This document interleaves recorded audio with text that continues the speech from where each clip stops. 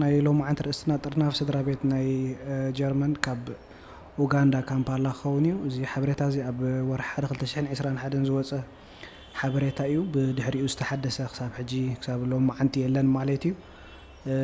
እቲ ኣርእስቲ ከቕርበሉ ዝወሰንኩ ምክንያት ኣነ ብስራሕ ምክንያት ካብቲ ሱዳን ዘጋጠመ መዓልቲ ነይሩ ብኮንትራት ናይ ኬንያ ኣብ ኡጋንዳ እየ ዘለኹ። እዚ ከዓ ምስ ናትና ስራሕ ተተሓሓዚ ስለ ዝኾነ ዝተደጋጋሚ ሕቶ ካብ ዝመፅእ ብቀሊል ዝበለ ኣገባብ ነቲ ሰብ ኣብዚ ዩቲዩብ ኣቅሪብካ ኣብኡ ክከታተል ከም ዘለዎን ምግባር ማለት እዩ። ፅሚልኩም ትሰምዑኒ ብትሕትና ይሓትት። ኣብ መወዳእታ ከዓ ዝኾነ ሕተት ኣለኩም ኣብ ተኣሽሙ ክትገድፍለይ ትኽእሉ ኢኹም ኣብ ኮመንት ወላ እውን ብቀጥታ ኣብ ቁፅሪ ቴሌፎን ናተይ ክትፅሕፍለይ ትኽእሉ ኢኹም። ሰናይ ምክትታል።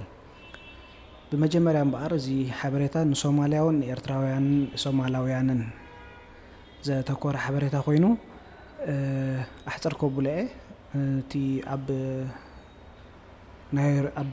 ኡጋንዳ ዘሎ ቤት ፅሕፈት ናይ ኤምባሲ ጀርመን እቲ ጉዳይ ኣብ ናይሮቢ ከም ዝስራሕ ኣብዚ ዓዲ ከም ዘይኮነ ኣብዚ ግን ወረቐት ከም ዝቕበሎ ቪዛ እውን ከም ዝህቡ ይሕብሩና ማለት እዩ። ንዕኡ ንምክትገብር ከዓኒ ከተማልኦ ዘለካ ነገራት ኣሎ። ካብኡ ሓደ ነገራት ክንደስስ ኢና።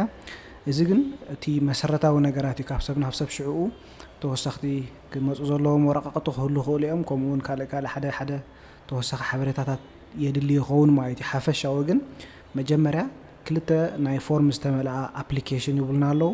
እዚአን ኩላትና ንፈልጠ ኢና። ናይ ቪዛ ኣፕሊኬሽን ዝበሃላ ዘይፈልጠን ሰብ እንድሕር ኣሎ ብውልቂ ክረኽበን ንኽእል እዩ። ቀሊል ነገር እዩ። እንደገና ክልተ ዲክሌሬሽን ናይ ሬዚደንስ ኣክት ዝበሃል ኣሎ። ማሕተም ጌርካ ተፈሪምካ ትህቦ ማለት እዩ። ኣብ ኡጋንዳ ወይ ኣብ ደቡብ ሱዳን ንተቐመጡ ሰባት ከዓኒ ኣብ ሃገረ ኡጋንዳ ወይ ካብ ሃገረ ኡጋንዳ ንጀርመን ጥርናፍ ስድራ ቤት ትገብሩ እንድሕር ኮይንኩም ብውሕዱ 6 ወርሒ ወይ ኣብ ደቡብ ሱዳን ወይ ኣብ ኡጋንዳ ዝተቐመጥኩም ክትኮኑ ኣለኩም እዩ ዝብል እቲ ሕጊ ማለት እዩ። እዚ ንምግባር ግን ሕጂ ግዴታ ስለ ደይኮነ ብፍላይ እዚኦም ብተፈናቐል ናይ ኩናት ናብዚ ዓዲ መፂኹም ዘለኹም እዚ ነገር እዚ ኣይትንክፈኩም ናትኩም ኣርእስቲ በይኑ ክንሪኦ ኢና ማለት እዩ። ነቲኦም ካብ ካልእ ዓድታት ትመፁ ዘለኹም ካብ ኢትዮጵያ ዲ ካብ ኤርትራ ገለ ግን 6 ወርሒ ኣብዚ ዓዲ ከም ዝተቐመጥኩም ምስክር ወረቐት ከተምፅኡ ይብሉ ኣለዉ። ክልተ ናይ ፓስፖርት ስእሊ 35 ሚሊ ሜትር ብ45 ሚሊ ሜትር ሓንቲ ፓስፖርት ክልተ ገፁ ብውሕዱ ነፃ ዘለዋ ከም ተወሳኺ ብድሕሪኡ ስእሊ ናይ ፓስፖርት ወይ ከዓ ኮፒ ናይ ፓስፖርት ነቲ ኣብ ጀርመን ዘሎ በዓል ቤትኪ ወይ ነታ ኣብ ጀርመን ዘላ በዓልቲ ቤትካ ክልተ ቅዳሕ ናይ ሬዚደንስ ፐርሚት ኣውፈንታሃልቲ ኤርላውብነስ እንድሕር ዳ ኒደርላሱንግ ሃሊኩም ከዓኒ ኒደርላሱንግ ነቲ ኣብ ጀርመን ዘሎ ሰብ ማለት እዩ። ክልተ ቅዳሕ ናይ ሜልደ በሻይኒጉም ወይ ከዓ ሜልደ ብሽቴትጉም ካብ ራታ ሃውስ ክትወፅእ ትኽእል እያ እዚኣ። ከምኡ ከዓ ክልተ ቅዳሕ ናይ ባንፍ ማለት እዩ። እቲ ባንፍ በሻይ ዲልና ንፅውዖ ንሕና ኣብ ጀርመን ወይ ከዓ ኮንግራ ትብልዋ ማለት እዩ። ተቐዳሚቲ ገፀ ክልተ እያ። ብድሕሪኡ ተወሳኺ ወረቐት ዝሓትዎ ኣብ ናይ ኤርትራውያን ማለት እዩ። እንድሕር ዳ ጠበቓ ሃሊካ ወይ ገለ ሃሊካ ከዓኒ ተወሳኺ ካልእ ሓበሬታታት ክድልዮም ማለት እዩ። 75 ቅርሺ ናይ ቪዛ ትኽፈል ኣላ። ብናይ ኡጋንዳ ሽሊን በቲ ዘሎ ዋጋ ኤክስቸንጅ ገይሮም እዮም ዘኽፍሉኻ። ድሕሪኡ ኣብ ናይ ኡጋንዳ ስደተኛ ዲኻ ተቐመጥ ነርካ ወላ ሕጋዊ ነባሪ ኮንካ መንበሪ ፍቃድ ሃሊካ እዚ ከዓኒ ክልተ ቅዳሕ ማለት እዩ።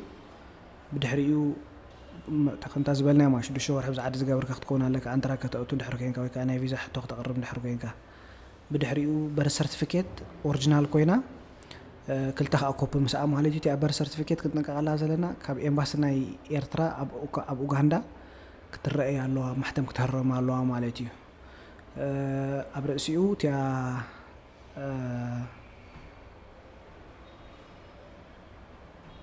መረጋገፂ ማለት እዩ ናይ ፕሮሰስ ከም ዝጀመረ ቅድሚ ናይ ተኣሽሙ ማለት እዩ ቅድሚ ናይ ኣፕሊኬሽን ግዜ ምሕላፉ።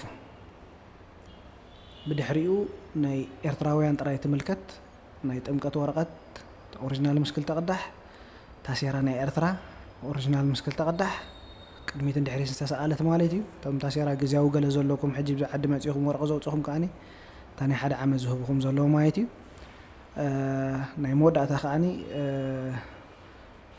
እቲ ወረቃቅትና ኩሉ ካብ ኤርትራ ዝመፀ ዶኩመንት ዘበለ ማለት እዩ ኣብ ኤምባሲ ማሕተም ክህረም ከም ዘለዎ ከም መዘኻኸሪ ፅሒፎምልና ኣለዉ ማለት እዩ ብዛዕባ ንመርዓ ዝምልከት ከዓኒ ናይ መርዓ ከም ዝተመርዓኹም ኣብ መምሕዳር ዝግበር ወረቐት እቲ ኦሪጂናል ምስ ክልተ ቅዳሕ ናይ ቤተክርስትያን ከዓኒ እቲ ኦሪጂናል ምስ ክልተ ቅዳሕ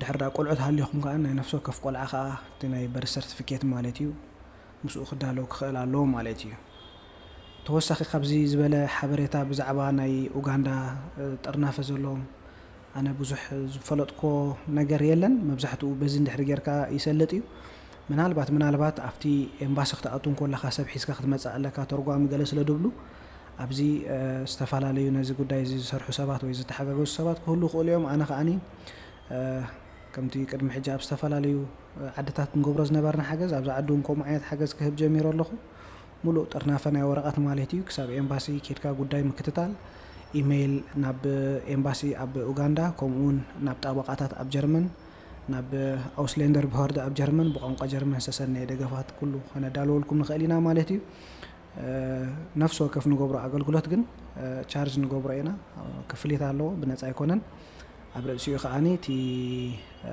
ወረቃቅቲ ናይ መሓዝ መሰል ስለ ደይብልና ንሕና ኮንትራት ኣሎ ቅድሚ ንገብሮ እቲ ፍቃድ ናይ ምትርጓም ድዩ ወላ ናይ ገለ ብፍቃድ ከም ዝኾነ ዘረጋገፅ ናይ ሽለይ ወረቐት ኣሎ ማለት እዩ ዝያዳ ሓበሬታ ከምቲ ኣቀዲምና ዝጠቀስናዮ ኣብ ቁፅር ቴሌፎን ባዶ 256 701 748 777 ኣብዚኣ ክድውለይ ትኽእሉ ኢኹም ክደግመ እየ ባዶ 256 701 748 777 ብመልክዕ ፅሑፍካ ክሰደልኩም ክፍትን እየ ፅኒኢልኩም ስለ ዝሰማዕኩም እየ ይቐኒየለይ ሰናይ ናይ ትምህርትን ስራሕን ግዜ